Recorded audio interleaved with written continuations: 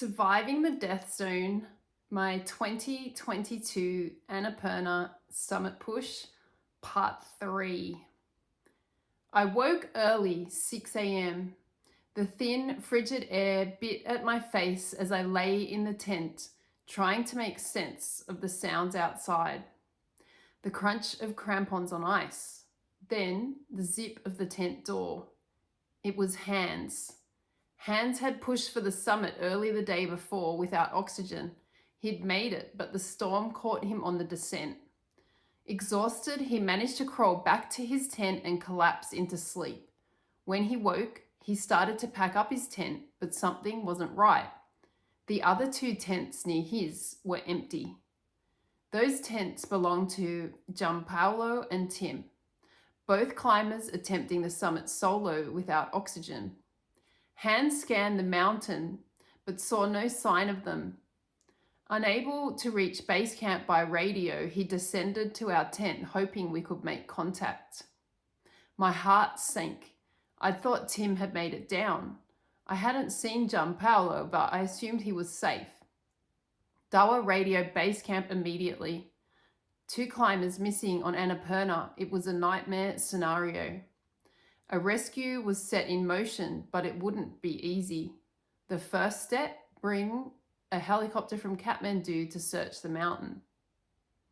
As the rescue was unfolding, we packed up our tent and melted snow for water. Dawa, Eddie, and Fish were still getting ready, so Dawa told me to start descending. He'd catch up. I started down the mountain alone. The sun hadn't yet touched the slopes. When I reached the next camp, most of the tents were already gone. The climbers who had used oxygen for their summit push had already left, but one of the Indian climbers was still there, sick from summit day and waiting for a rescue. It was bitterly cold. I couldn't feel my toes for hours. That's when I developed frostnip on my big toes, a pain that would cost me my toenails and layers of skin later. Dawa caught up as the sun finally crested the ridge, flooding the slope with light and warmth. We'd never climbed through the Crosshair Couloir in daylight before. It was too dangerous. Avalanche risk was highest when the sun hit the ice. But as we descended, we got stuck behind a line of climbers, all moving slowly down the ropes, one by one, no room to pass. The sun climbed higher. The ice above us began to soften. My chest tightened with dread as we approached the couloir. Then my worst nightmare happened. An ear-splitting crack tore through the air.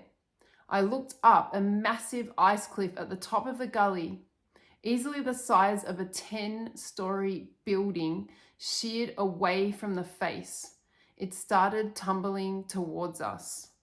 In the second I swung as far to the side of the rope as I could and crouched down, pressing my helmet against the snow. My heart hammered in my ears. I thought, this is it. This is how it ends. The ice exploded down the couloir. Huge blocks shattered into smaller and smaller pieces as they thundered toward me. The biggest chunks stayed in the center of the gully. A blast of snow and wind slammed into me, knocked the breath from my chest, then silence. Shaking, I forced myself to look up. I'd seen climbers below earlier. I looked down. Had they survived? Through the settling snow, I saw movement. Miraculously, everyone was still alive. Dawa reached me, radioed to confirm that no one had been injured. Climbers on the fixed ropes below us were shaken but unharmed. We exchanged stunned glances, but there was no time to process what happened. We had to get out of the danger zone fast. We ran, sprinting through the avalanche path until we reached safer ground. There we sat and drank water, still in disbelief. We were lucky, too lucky. We continued down to Camp 2, packed up our tent and pushed toward base camp. We left some equipment at Camp 1. Dawa would have to go back the next day to retrieve it. When we reached base camp, news came through. Gianpaolo and Tim were alive, but barely. Tim had made it down close to his tent, suffering from frostbite and cerebral oedema. He couldn't use his radio to call for help. Gianpaolo had been out all night, lost in the storm. Disorientated and hypothermic, he was hallucinating and wandering in the wrong direction. In the morning, he told the expedition leader by radio that he didn't want a rescue.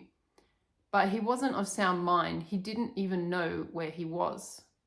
The helicopter, already in the air for the rescue, passed over them. It picked up the Indian climber and it returned to Kathmandu.